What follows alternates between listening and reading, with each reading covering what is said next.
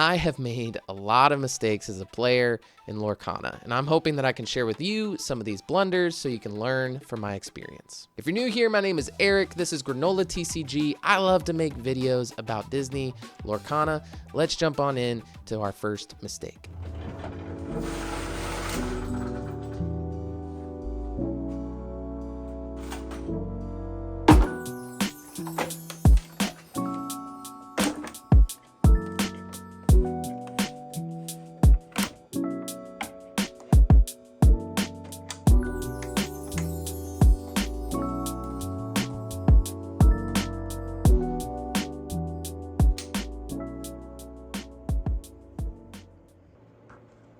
Mistake number one, missing your win condition.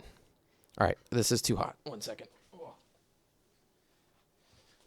I had to keep that hoodie on for continuity purposes. It would kill me if you didn't see me take the hoodie off, and then one scene I have it, one scene I don't. I hate that in movies, so I needed to make sure you see me taking it off.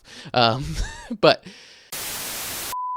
missing your win condition really just comes down to if you're keeping an active eye on the board state and understanding what you need to win. That may seem really obvious, but at times you just kind of go through the ropes with your deck and you start being more responsive to your opponent rather than active in your own game plan. Oftentimes this means that you need to quest more aggressively, or you need to only take out certain threats instead of all of your opponent's threats.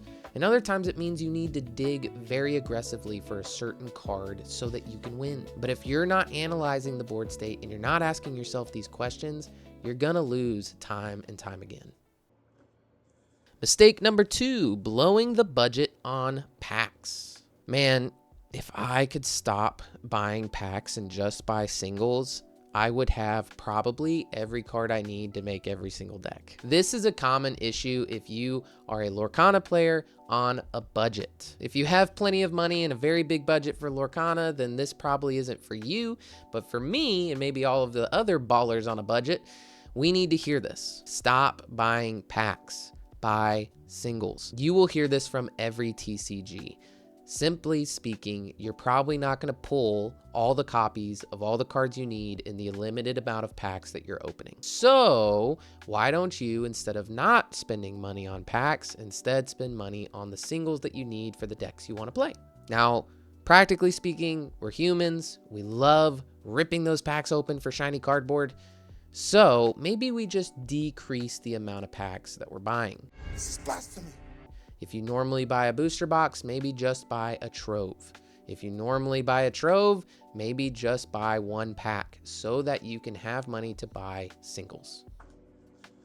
Mistake number three, misplaying triggers. There are loads of examples for misplaying triggers, so I'm just going to give you a couple so you can get your mind wrapped around this type of mistake. All right, here's a quick sequencing example.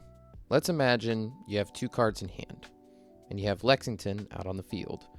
Your opponent has a Daisy Duck in play and decides to quest for their turn.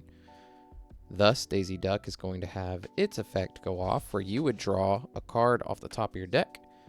Let's say it's a Royal Guard. Now, typically, you might put this Royal Guard into your hand because you normally would usually accept the Daisy Duck effect. The problem is now Lexington cannot ready because of his Stone by Day effect. So the best thing would actually be to ignore getting the Royal Guard, have it go under the deck, so that next turn your Lexington can ready and challenge the Daisy. This is just an example of how you could misplay a trigger. The best advice I have when it comes to misplaying triggers is just take your time.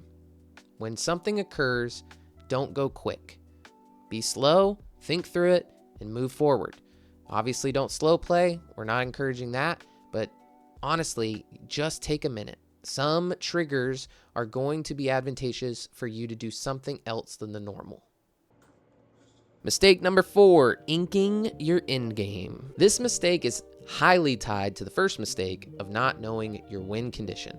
Oftentimes, you can sabotage your late game by inking all of your good late game cards so that you can make better efforts in the early game. Examples of this would be inking really important cards like Demona, or Elsa, or Big Prince Philip or 7-cost Tramp. Whatever deck you're playing, there's some cards that really help you advance the game state or win or finish the game in the end. And if you're inking all of your copies of these cards because you're trying to play the early game, you're just sabotaging yourself and you're going to put yourself in a place where you can't win. The main deck I learned this issue on was with Ruby Amethyst back in the day. I would be playing Maui Half Shark and a Pirate's Life. And if I got those cards in my early hand, I had to be careful that I didn't ink too many copies of them because I would need them for sure at the end of the game to close it out. This brings us to our last mistake. Mistake number 5, not in sync.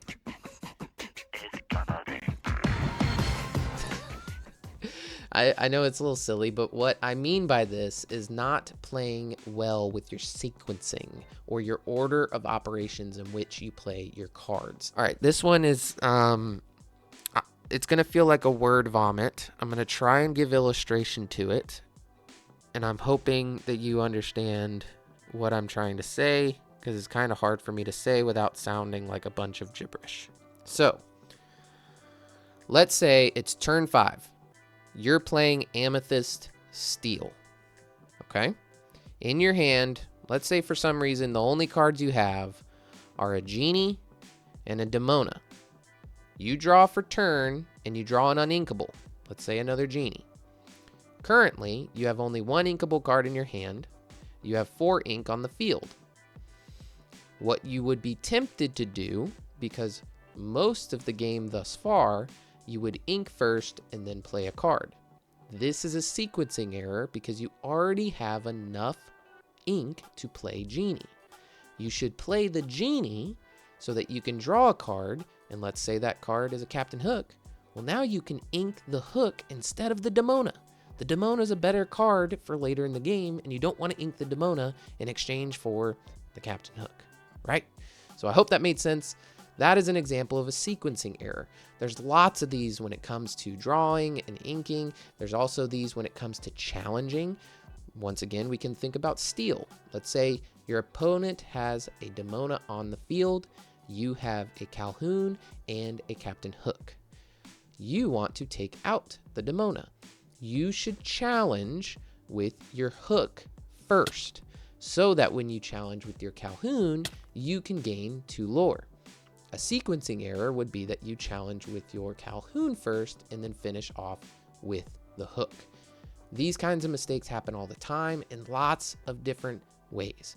And so it's vital that you think through what is the order of operations. What's the best order in which I play my cards and resolve effects? I hope this was helpful. This is just a short list of mistakes that I tend to make, and I really want to help others not make the same mistakes. I'm sure that I'm going to grow and get better over time. At least I hope so. And I hope this was helpful to you. That's the whole point of this channel. It's the whole point of me making videos, is I want to be helpful to you, and I want to bring some more attention to this great game of Lorcana. Thank you so much for watching, and I hope you have a great day.